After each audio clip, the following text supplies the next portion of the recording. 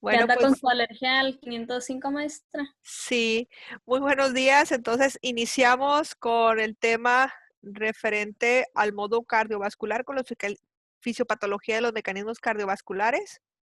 Aquí les estoy compartiendo pantalla ya y vamos a tener entonces con nosotros, voy a Profe, poner, como que se corta mucho. sí, se me corta a mí la voz, pero la imagen no. La imagen no. Voy a poner vista del hablante para, para ver a la que estés poniendo nada más. Y ya está. Entonces, Hernández Uribe Lorena, ¿expone? Muy bien. Todos tuyos. El micrófono lo tienes apagado, Marce. Ay, perdón. Buenos días, compañeros. Este día voy a exponer un poco sobre la fisiopatología de los mecanismos cardiovasculares, manifestaciones hemodinámicas y vasculares. Vamos a empezar con este concepto que es el edema. El edema es el aumento del volumen de líquido intersticial, que es la porción extravascular del compartimiento extracelular. Para ello tenemos que conocer un poco lo que es el intersticio, que este es como un órgano que se encuentra debajo de la piel, que sirve más o menos como amortiguador entre piel y órganos, por ejemplo. Aporta un medio para la entrega del material a las células. Por ahí pues se transporta la sangre y el agua. Pues la siguiente.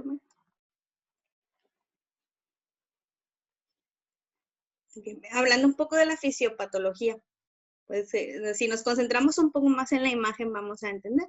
Para ello tenemos unos términos, que es la presión hidrostática capilar, que es la presión que ejerce la sangre a las paredes de las arterias, o sea que van de adentro hacia afuera. Tenemos la presión hidrostática intersticial, o sea que es la que va de afuera hacia adentro.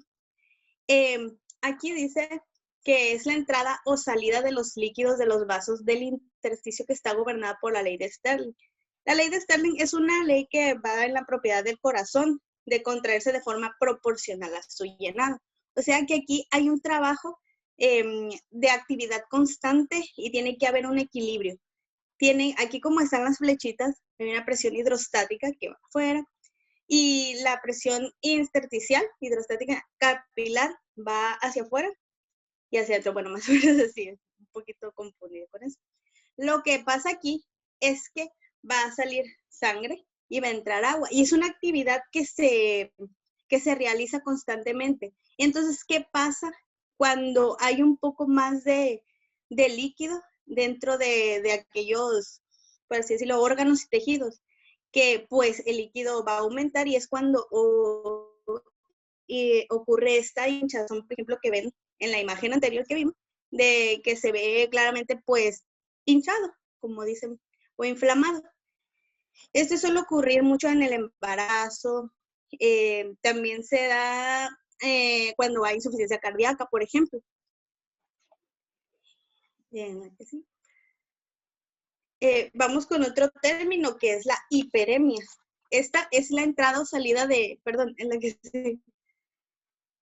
es un fenómeno activo que consiste en un aumento en el flujo sanguíneo de los tejidos como resultado de la dilatación arteriolar, pero también junto con ella vamos a conocer el término congestión, que es la siguiente. ¿Qué pasa?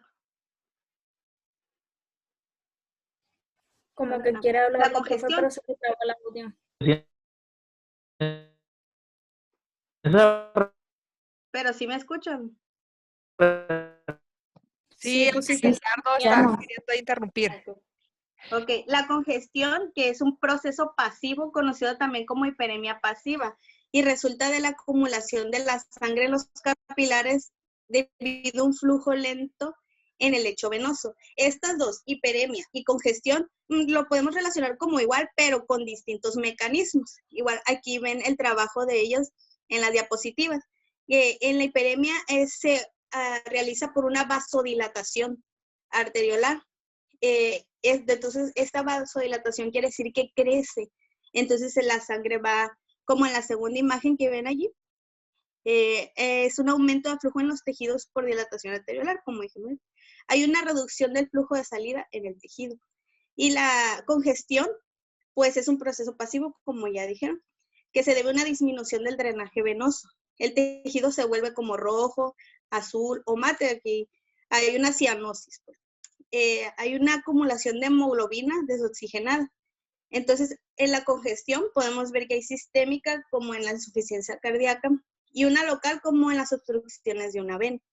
De hecho, puede causar edema por el incremento de presión. Vamos con el que sí.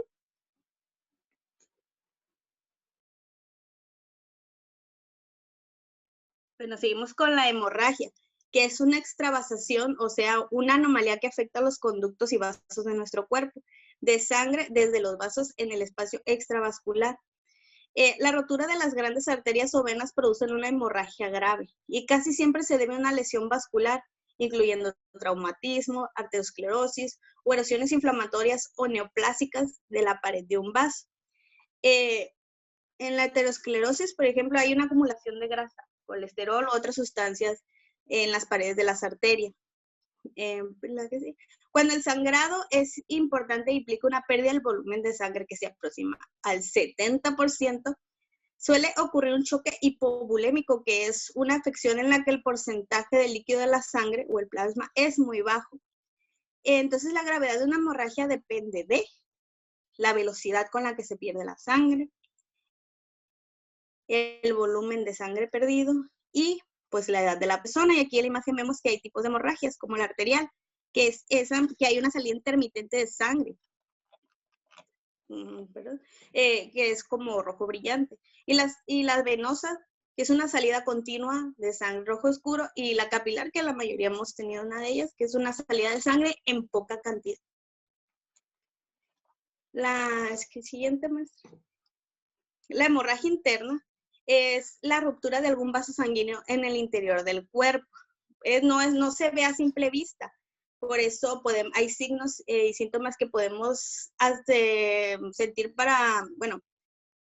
captar para identificarlas, como confusión, piel fría, presión baja, mareos, desmayos, palidez o dificultad para respirar. En cambio, la hemorragia externa, que es la siguiente, ahí es la hemorragia producida por ruptura de vasos sanguíneos a través de la piel. Y este tipo de hemorragias es producida frecuentemente abiertas. Y la exteriorizada, que pues también hemos sufrido algunos de ellas, es a través de orificios naturales del cuerpo, como en la boca, por vómito, al toser, por la nariz, por el oído, el recto, la vagina y la uretra. Y en cualquier parte del aparato digestivo, o sea, es una hemorragia gastrointestinal. Y se considera hemorragia oculta a esas heces negras por sangre digerida.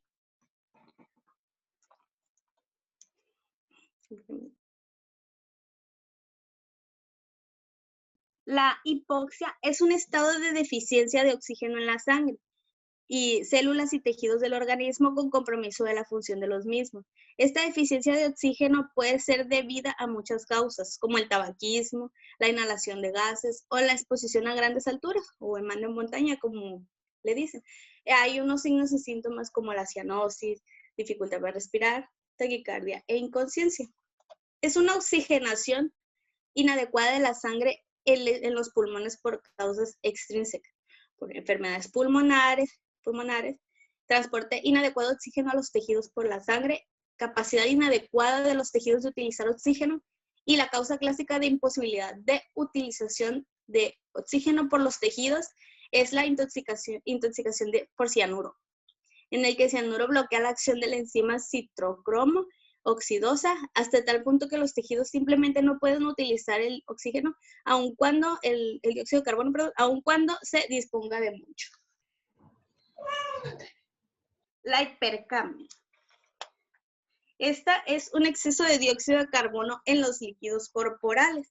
Es el aumento de la concentración de dióxido de carbono en sangre arterial y provoca elevación en la concentración de hidrogenio, que esta es la regulación de las concentraciones de iones de hidrógeno e indica un estado alcalino. Y pues se asocia con la hipoxia, solo cuando la hipoxia está producida por hiperventilación y deficiencia circulatoria. De hecho, hay un poco de ejemplo últimamente con esta pandemia, por ejemplo, el cubrebocas. La gente llega a pensar que tiene hipercapnia, porque pues no puede desechar quizás el dióxido de carbono bien. Y la gente empieza a creer pues que le falta el aire, que algo está mal aquí, pero pues solo es porque quizás no puede desechar el dióxido de carbono. Sin embargo, las causas de la hipercapnia la causan la obesidad o el fumar, por ejemplo. Y esto puede provocar mareos, enrojecimiento de la piel y problemas para ver.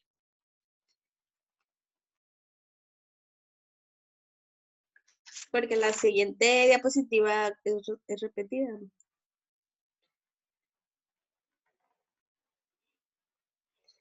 La trombosis es la formación de un coágulo de sangre en el interior de un vaso sanguíneo o en el corazón. Pues para eso recordemos que hay dos tipos de vasos, que son las arterias y las venas. Estas dos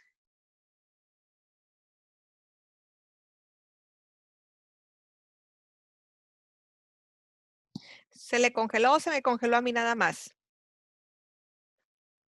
A mí que también. no a una También. parte del organismo. Ahí está. Ok, se te congeló tantito. Aquí, nada más una cosita, porfis. ¿Qué diferencia hay de ¿Qué decir pasó? trombosis a decir El émbolo? trombo se forma por una malla que tiene fibrina y plaquetas que engloba otros elementos de la sangre. Las complicaciones de la trombosis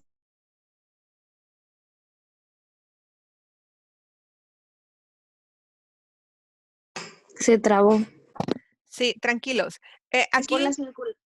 es importante, pausa ahí si nos escuchas, es que se trabó un poquito.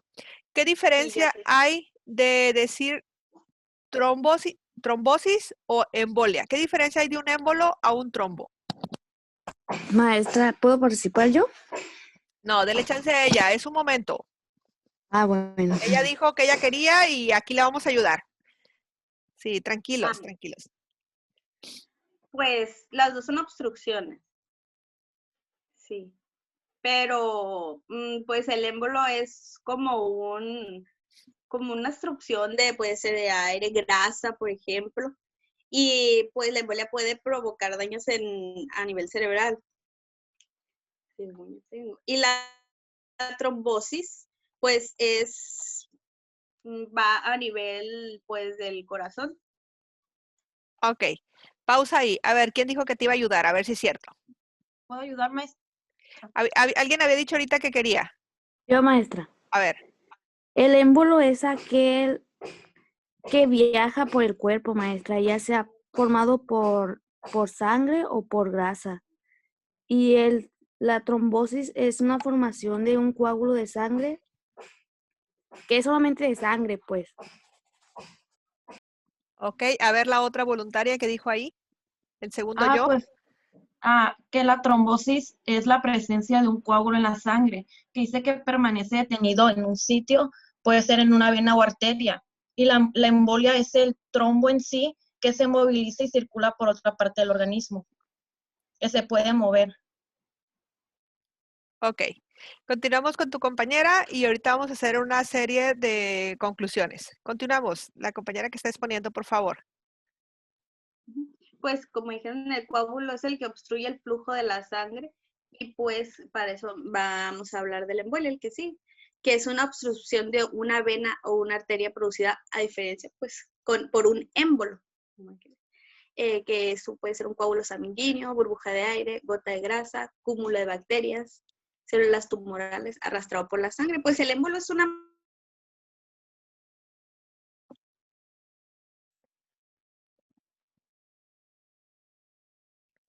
distinto del punto de origen. Se te corta un poco. Ok, fíjense, y lo mencionaba ahorita su compañera con respecto a la importancia de nosotros saber dónde se va a alojar ese trombo para nosotros tener algún padecimiento cardíaco. Cuando decimos émbolo, la diferencia de un émbolo, un trombo, es el contenido. émbolo puede ser aire, grasa, hueso, acúmulo de células tumorales que están viajando por la circulación y van y obstruyen alguna parte. Esto es importante nosotros saberlo, porque dentro del tratamiento para un paciente con un problema obstructivo, si es un émbolo de grasa, pues aunque le demos antiagregantes plaquetarios, el paciente no va a mejorar. Tenemos que darle medicamentos para lo que viene siendo su dislipidemia. Entonces, cuando tenemos un problema de un émbolo por coágulos o por fibrina, pues damos anticoagulantes y al paciente le va muy bien. Por eso es importante nosotros saber las condiciones que se encuentra en nuestro paciente. Ok, listo. Continúas con hipertensión, por favor. La hipertensión es el término que se utiliza para describir la presión arterial alta. Las lecturas de la presión arterial generalmente se dan con dos números, como ya los conocemos, 120/80. El número superior se denomina presión arterial sistólica y el número inferior se llama presión arterial diastólica. En poblaciones no seleccionadas, cerca del 95% de los pacientes hipertensos son esenciales o idiopáticos. Yo leí que en el 95% de estas personas las causas son desconocidas. O sea, se sabe que tienen la hipertensión, pero al no saber de dónde viene esa causa de hipertensión, es tratable, pero no es curable. Sin embargo, un 5% se sabe a qué se ocasiona la hipertensión, y entonces es tratable y curable. Entonces, hay un aumento en la hipertensión de la resistencia periférica, hay un defecto renal de la excreción de sodio y defecto de transporte de sodio a través de las membranas celulares. Ok, punto extra para ustedes. En el video ahorita que suba del 506, van a ponerme la tensión arterial de la persona más antigua que tengan en su casa. Por ejemplo, si la persona más antigua en la casa de Freddy es su papá, pues la presión arterial del papá de Freddy. ¿Sí? Si la presión arterial de la persona más antigua es la abuelita, pues entonces de su abuelita. ¿Sí? ¿Por qué? Porque el 95% de los pacientes hipertensos desconoce que son hipertensos. Vamos a hacer entonces un chequeo y sirve para que ustedes pues aprovechen y si no tienen Bauma, le digan a su papá o a su mamá o a su sugar daddy o a quien ustedes tengan en casa de que necesitan un Bauma para hacer sus trabajos. ¿Sale? Entonces, pónganse las pilas y pues el 95% de sus pacientes pues no conocen que son hipertensos. Ok, hablamos de isquemia y infarto, por favor.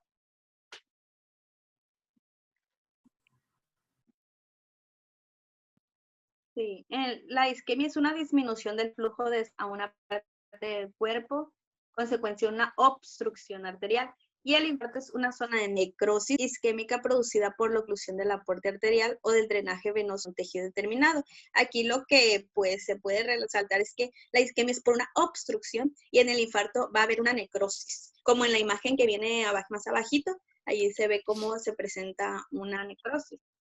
En la fisiopatología resulta de la ruptura o erosión de una placa aterosclerótica, desencadenando un proceso en cascada que reduce críticamente el flujo sanguíneo en la arteria coronaria por espasmo coronario o formación de trombos, disparo de isquemia cardíaca y finalmente en la necrosis tisular y fibrosis. Aquí pues esa es la diferencia de ambos, que en una hay una obstrucción solamente y el infarto llega a la necrosis, porque la placa con coágulo aquí pues no hace que haya flujo de sangre y oxígeno hacia el corazón y es cuando sucede esa necrosis. Vamos con el shock. El shock es un estado de hipoperfusión de los órganos que produce disfunción y muerte celular. Circulante, una disminución del gasto cardíaco y vasodilatación, a veces con derivación de la sangre que saltea los lechos de intercambio capilar. Los síntomas incluyen alteraciones del estado mental, taquicardia, hipotensión y oliguria.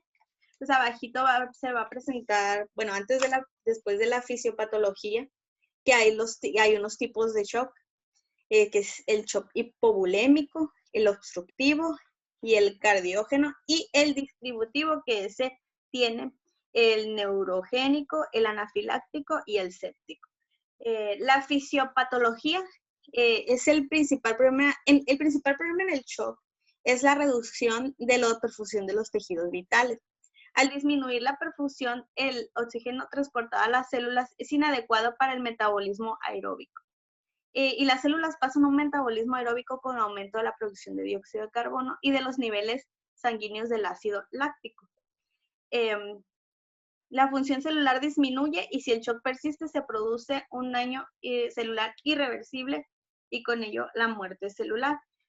Pues la hipoperfusión, que es la disminución del flujo de sangre que pasa por un órgano, que no es capaz de satisfacer las necesidades que demanda el organismo. Entonces, al no llegar a satisfacer esas necesidades, se ocurre ese problema.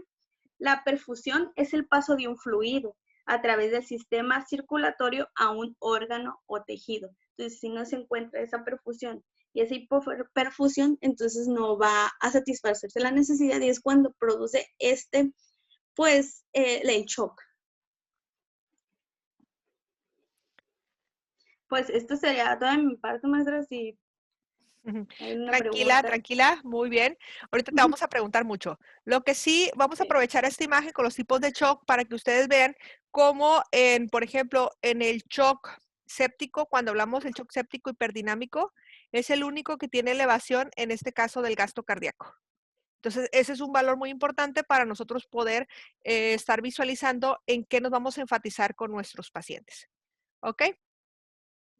Barry, ¿alguna pregunta con referente a la tarea que les pedí? Ninguna. A ver, repítenos cuál es la tarea, por favor. Es que acabo de entrar. Por eso te estoy diciendo, es importantísimo si vamos a estar en la clase, que sea realmente estar en la clase. Yo les he dicho, conmigo no hay ningún problema, si no entran, luego ven el video y participan, ¿ok? A ver, Antonio, por favor, ¿nos puedes decir qué actividad les pedí, por favor? Sí, maestra, vamos a ver el video y vamos a poner la presión arterial del familiar que tengamos en casa, que ya sea el mayor, pues le vamos a apuntar la presión arterial.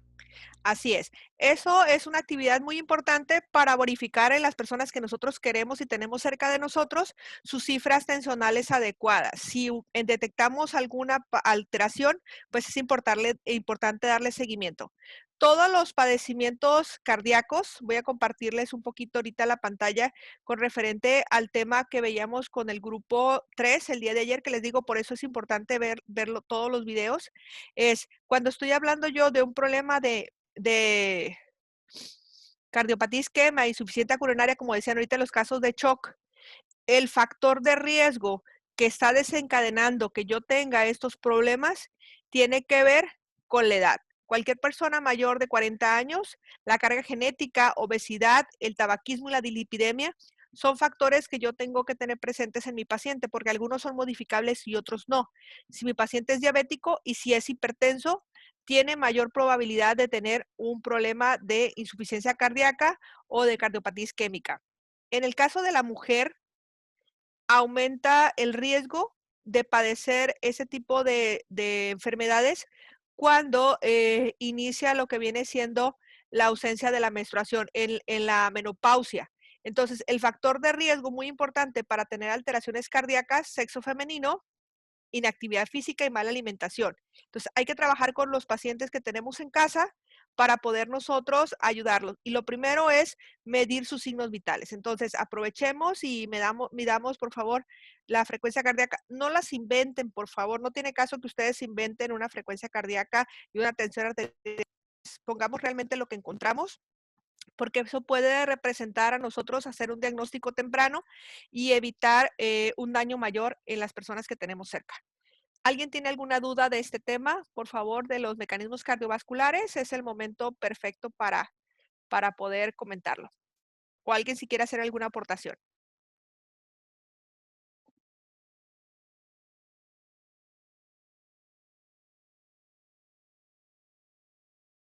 ¿Nadie?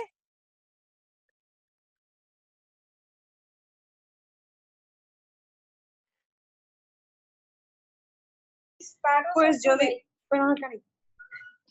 Maestra, hablando sobre la diferencia de trombo y embolia, ¿qué vendría siendo siempre la diferencia? La diferencia es el contenido.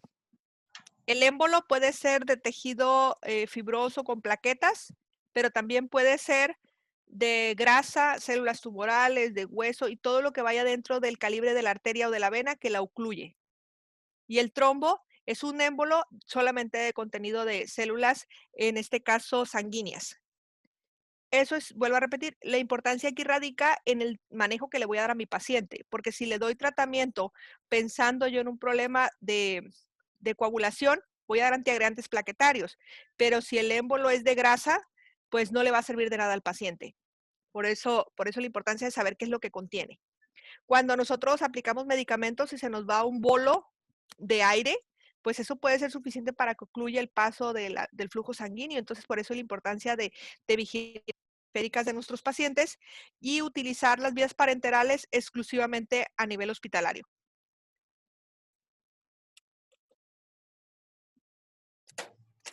Maestra, el video que vamos a ver, ¿ya lo mandó usted al grupo?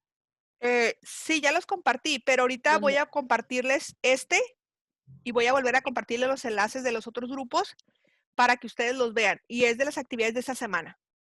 Ahorita grabé el de arritmias con el 6, ¿sí? Y con ustedes, pues ahorita de mecanismos cardiovasculares, que ya lo había grabado con otros grupos, pero lo vuelvo a compartir. Está bien, gracias. Ok. Desde Guadalupe de Angostura, ¿dónde andas? Aquí estoy, maestra. Casi feliz cumpleaños, ¿no? Entonces, pásenla bien. Gracias. Para que veas. Muchas gracias. No de todos no me puedo acordar de todos, pero yo sé que son del grupo 5 y pues pásenla bien, ¿ok? Buenos días.